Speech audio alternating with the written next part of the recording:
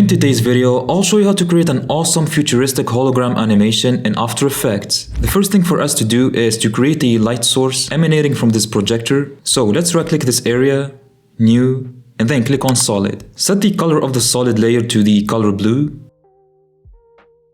And then let's name this layer something like projector light so we don't get confused later. Okay, now it's best to hide this solid for now so we can see the hologram projector. The key is to select the blue solid layer, go to the Tools tab at the top, drag out this thing, and then choose the Ellipse tool. Now zoom in on the projector, go to the left edge of it, and then drag your mouse towards the other edge. And now stretch out the ellipse layer to fit the surface of the projector. Now let's turn the blue solid visible again, and let's add some features to this light source. In the Effects and Presets panel, search for the glow effect and apply it onto the blue solid. Set the threshold to 50, and now add the Gaussian blur effect, and set the blur dimension to vertical, and the blurriness to 10. You can now bring your object that's gonna turn into a hologram onto the timeline, and what we're basically gonna do is we're gonna create a small light beam between the projector and the earth. And to do that quickly, duplicate the projector light layer by selecting it and hitting Ctrl and the letter D at the same time. Press M on the keyboard and delete the mask we previously created.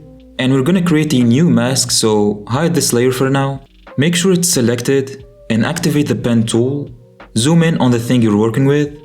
Press on both edges, then press on the outer edges of your object. It depends on what you're working with, but basically create a mask like this. I mean, it doesn't have to look exactly like this, but you get the idea. Now let's bring back this layer's visibility. Go to the effect controls of this layer and delete the glow effect and the Gaussian blur effect. Press F on the keyboard and increase the feathers value. Now set the blend mode to screen and then press T to bring up the opacity and decrease it to 25%. And would you look at that? Okay, so all of that was kind of the setup, and now on to the real thing, the hologram effect itself. Bring your hologram image on top of everything, and head over to the Effects and Presets panel, search for Tint, and apply it onto the earth. Use the eyedropper to match the color of the projector light for the Map Black 2 setting, and the color of the projector itself for the other setting. That's how you quickly change the color of the object. Now search for the noise effect and apply it to your image. Set the amount of noise to something like 35%, and this will add a cool subtle grain and texture to make the hologram look realistic. Next, add the Venetian blinds onto your image. Change the transition completion to 15%, direction to 90 degrees to make these lines horizontal, and you can also add some feather to it as well. 5 is good enough in my opinion. Next up, let's add some glow too. Threshold about 60%, no big deal. You can lower the intensity a bit also. Now search for turbulent displacement and drag it onto your image. Set the displacement to horizontal. Set the size to 10. Now expand evolution options, and while holding Alt, click on the stopwatch of the random seed, and inside the expression box, simply type in time times 20, or just leave it at 10.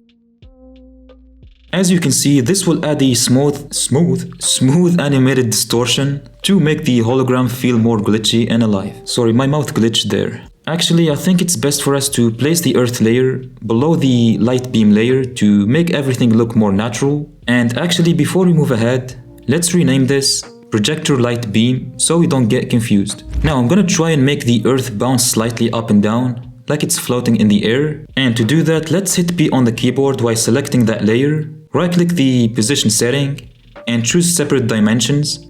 Now while holding Alt, click the stopwatch of the Y position setting and type in the expression wiggle, and in the brackets type in 0.5, 15. And now click anywhere else to apply this.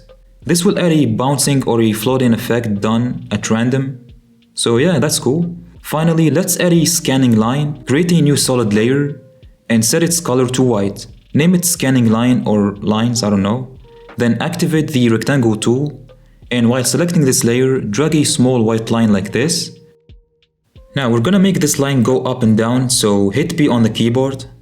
Like we did previously to the other layer, right-click the position setting, separate dimensions, another expression done to the Y position setting, wiggle, This time in the brackets type in 0.5, comma, 2000.